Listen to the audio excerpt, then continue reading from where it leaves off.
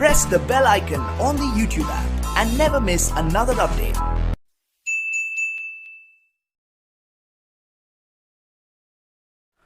Welcome to my YouTube channel Raju Sengupta classes. आज हम class 11 का बहुत ही इंटरेस्टिंग कुछ पढ़ाएंगे, है ना।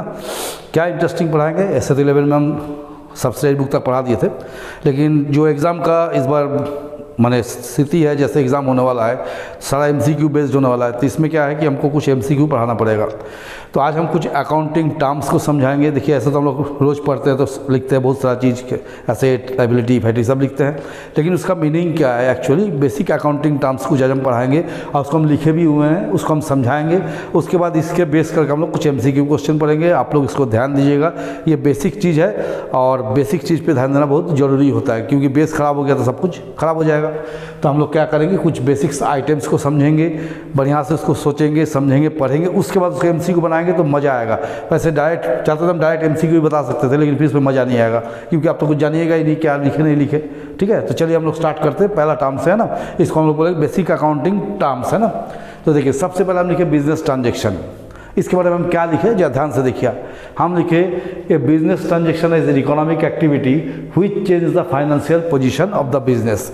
एक बिजनेस ट्रांजेक्शन क्या है कि ऐसा इकोनॉमिक एक्टिविटी है जिससे बिजनेस का फाइनेंशियल पोजीशन में चेंजेस आता है। बोलिए सर कैसे आता है चेंजेस?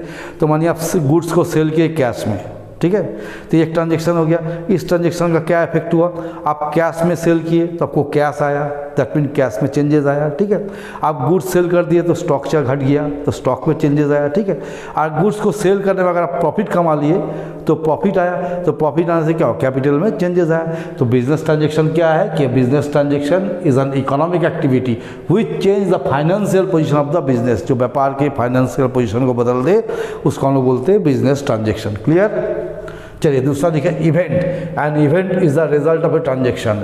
इवेंट क्या होता है? किसी ट्रांजेक्शन का रिजल्ट कौन बोलते हैं? इवेंट। जैसे 1 लाख का माल खरीदे, 1,20,000 रुपये बेच दिए, तो ये जो 20,000 रुपया कमा लिए क्या हो गया? इवेंट, घटना। ठीक है, तो इवेंट को क्या लिखे? फिर पढ़ देते हैं, an event is the result of a transaction. ठीक है, तीसरा लिखे अकाउंट। हम लोग बार बार बोलते हैं अकाउंट, ये सब तो कॉमर्स में बहुत कॉमन है। अकाउंट है, अकाउंट है। क्या अकाउंट है भाई? An account is a record of all business transaction relating to a particular person और आइटम। किसी पार्टिकुलर पर्सन या किसी पार्टिकुलर आइटम का सारा लेन देन को एक ही जगह में लिखना क्या हो गया? अकाउंट। जैसे मानिए बिल्डिंग, तो बिल्डिंग से संबंधित जितने भी चीज़ है उसी जगह में लिखेंगे। ठीक है, फिर समझिए राम के नाम से कुछ है तो राम से संबंधित जो चीज़ है सब राम में लिखेंगे। ठीक है, तो उस तरह का चीज़ को हम लोग बोलते हैं अकाउंट। चौथा हो गया capital. It refer the amount invested by the proprietor in a business enterprise. देखिए, बिजनेस क्या है? बिजनेस को पूंजी कौन देता है? मालिक देता है। तो बिजनेस को बिजनेस में मालिक द्वारा लगाया गया पैसा को या गुड्स को या एसेट्स को हम लोग क्या बोलते हैं? कैपिटल बोलते हैं। कैपिटल बिजनेस का क्या होता है? लायबिलिटी होता है, उसको बिजनेसमैन को उसको रिफंड करना पड़ता है या रिफंडेबल होता है, इसलिए कैपिटल को आप लोग देखिएगा हम लोग लायबिलिटी ट्रीट करते हैं। ठीक है, ड्राइंग्स। ड्राइंग्स क्या होता है? जैसे बिजनेसमैन बिजनेस में पैसा लगाया या एसेट लगाया या गुड्स लगाया तो उसको हम लोग बोलते हैं कैपिटल।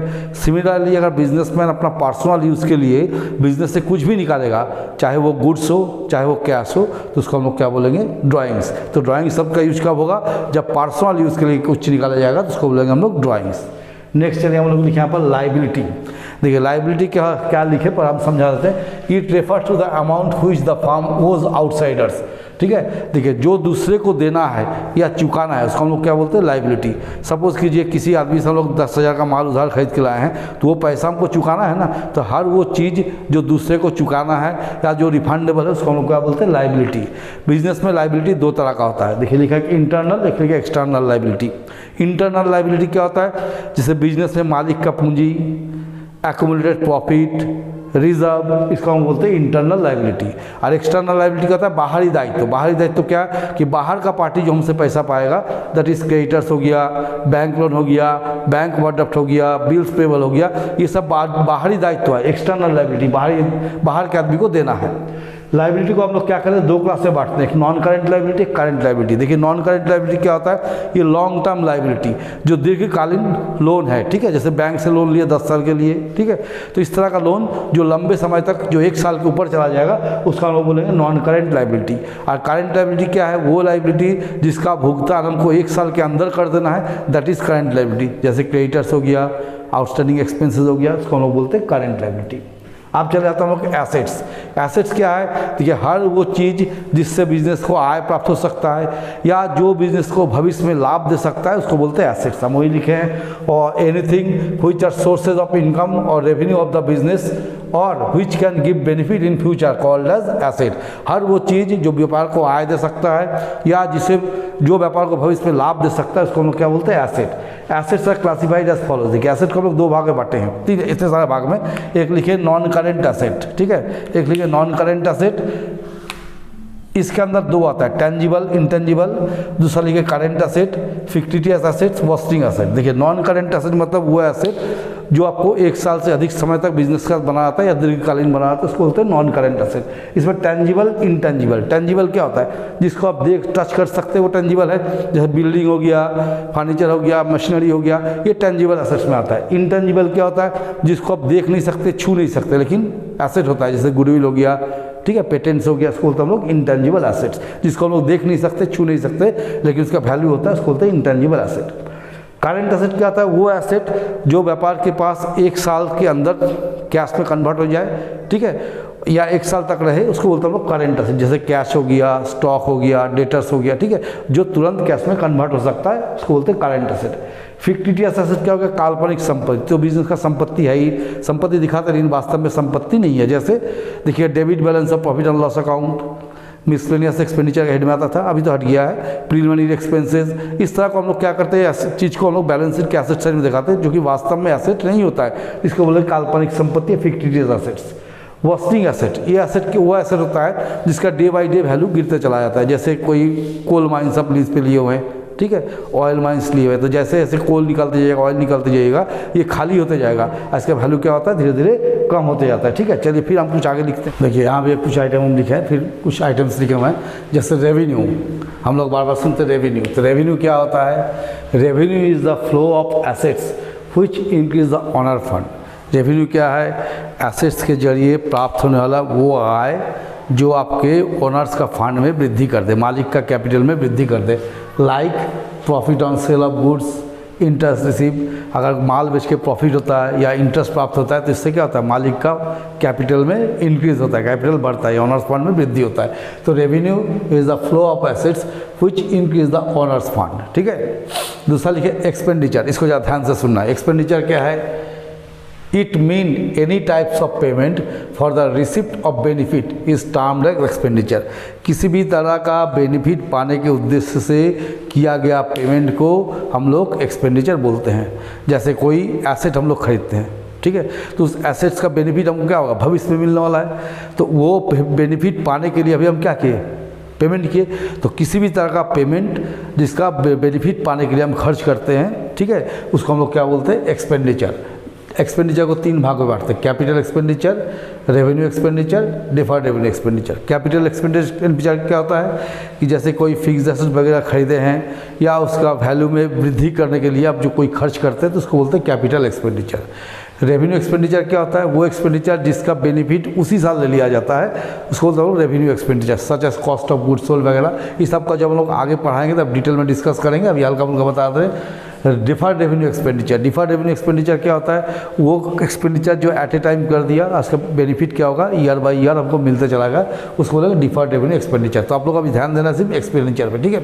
फिर देखिए एक्सपेंसेस, एक्सपेंसेस क्या है, expenses is the cost of use of things और service for the purpose of generating income. जब ध्यान से देखिएगा हम क्या लिखे, एक्सपेंडिचर एक्सपेंसेस सिमिलर टाइप का शब्द लगता है, लेकिन नहीं, it mean any type of payment for the receipt of benefit, benefit पाने के उद्देश्य से किया गया कोई भी भुगतान को हम लोग क्या बोलते हैं, एक्सपेंडिचर। और एक्सपेंसेस क्या है, expense is the cost of use things और service for the purpose of generating income, income generate करने के उद्देश्य से जो सर्विस या खर्च हम लोग करते हैं उसको क्या बोलते हैं, एक्सपेंसेस। ठीक है, फिर से समझ लीजिए कि इनकम जनरेट करने के उद्देश्य से किया गया खर्चा को, किया गया लागत को हम लोग क्या बोलते हैं, एक्सपेंसेस।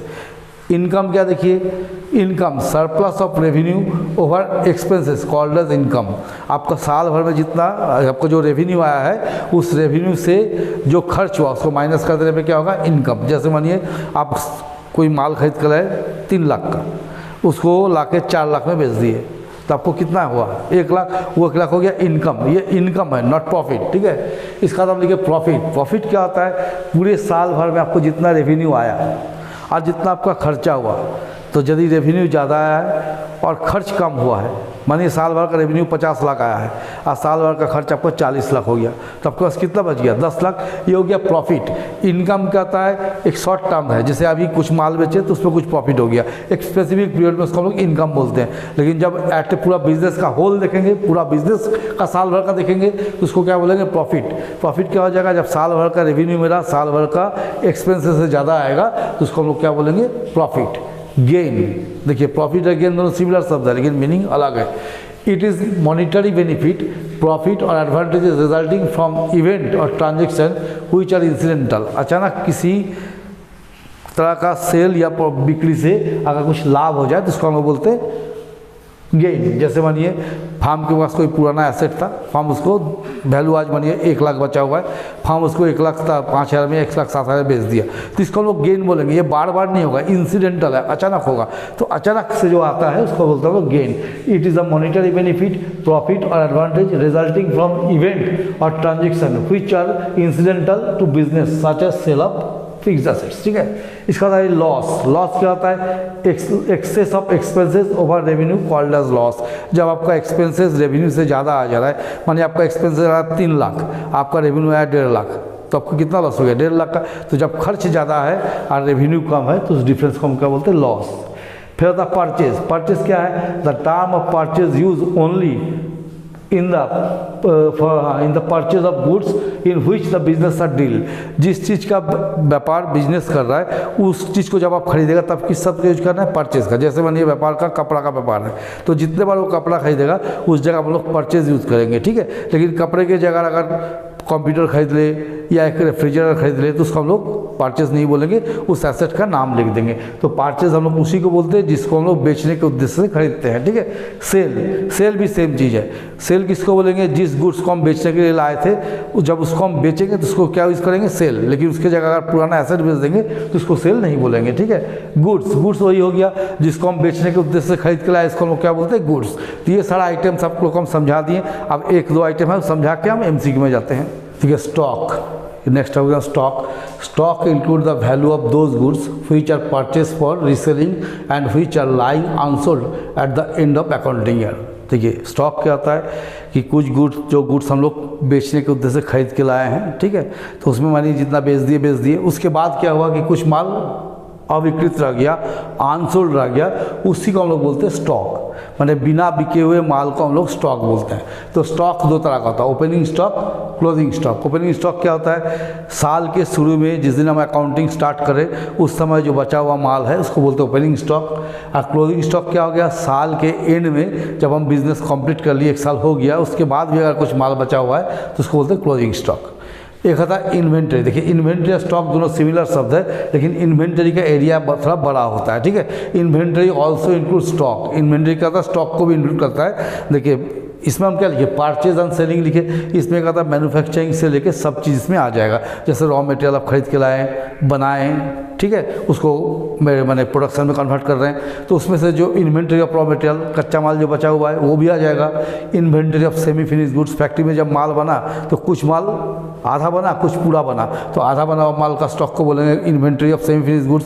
पूरा जो माल बन गया उसको बोलेंगे इन्वेंट्री ऑफ फिनिश गुड्स। तो इन्वेंट्री का एरिया क्या होता है, उससे वाइड होता है। दोनों का मीनिंग एक ही है लेकिन इन्वेंट्री का एरिया वाइड होता है। ठीक है, अब हो गया डेटर्स। देखिए डेटर्स क्या है, जब हम बिजनेस करते हैं तो हमको ये मान के चलना पड़ता है कि कोई ना कोई आदमी हमसे उधार लेगा। तो हर वो आदमी जिसको बिजनेस उधार देता है या बिजनेस जिससे पैसा पाता है उसको क्या बोलते हैं, debtors. Amount due from person और organisation known as debtor for the business. और क्रेडिटर्स क्या हो गया, अमाउंट ड्यू टू पर्सन, जो बिजनेस से पैसा पाएगा। ठीक है, जो बिजनेस से पैसा पाएगा, जो संस्था या जो आदमी बिजनेस से पैसा पाएगा उसको क्या बोलेंगे, बिजनेस का क्रेडिटर्स। देखिए क्रेडिटर्स कितने तरह का होता है, एक होता है क्रेडिटर फॉर गुड्स, जो माल आपको उधार दिया वो भी हो गया क्रेडिटर्स। क्रेडिटर फॉर एक्सपेंसेस, कुछ खर्चा जो बाकी रह गया उसको क्रेडिटर फॉर एक्सपेंसेस। एक होता है क्रेडिटर फॉर लोन्स, मैंने कहीं सब लोन लिए, ठीक है, तो इस तरह का क्रेडिटर्स होता है। तो ये तक हम पढ़ा दिए, अभी आप लोगों को समझा दिए। अब हम जा रहे हैं MCQ का क्वेश्चन लिखने के लिए। अब हम MCQ करेंगे, आप लोगों को समझाएंगे। ये हम करीब 10 से 11 MCQ लिखे हैं, आज इसको ही पर कराएंगे। फिर नेक्स्ट क्लास में कुछ नया चीज़ बताएंगे, उसके साथ MCQ जोड़ेंगे, ठीक है। तो चलिए हम लोग देखते हैं MCQ को। यहाँ लिखिए which of the following is current liability, निम्न में से कौन करंट लायबिलिटी है। Capital, mortgage loan, short term loan, long term loan. देखिए कैपिटल करंट लायबिलिटी नहीं होता है, मॉर्गेज लोन भी नहीं होता है, लॉन्ग टर्म लोन भी नहीं होता। क्यों नहीं होता है? लॉन्ग टर्म लोन का दीर्घकालीन, करंट मतलब अल्पकालीन, मॉर्गेज लोन भी दीर्घकालीन होता है। तो इसका आंसर हो गया C, शॉर्ट टर्म लोन, ठीक है। The person who is to receive cash from business, वो व्यक्ति जिसको बिजनेस से पैसा पाना है उसको हम लोग क्या बोलते हैं, creditor, debtor, customer, none of this. थोड़ा देर पहले हम बताए थे कि जो भी आदमी व्यापार से पैसा पाता है उसको हम लोग क्या बोलते हैं, क्रेडिटर। तो इसका आंसर क्या आ जाएगा, क्रेडिटर, ठीक है। Which of the following is an intangible asset, intangible assets क्या होता है, जिसको हम टच नहीं कर सकते हैं, ठीक है, या देख नहीं सकते, उसको बोलते हैं इंटेंजिबल एसेट। तो इसमें से कौन सा इंटेंजिबल होगा, इन्वेस्टमेंट, फर्नीचर, स्टॉक, गुडविल।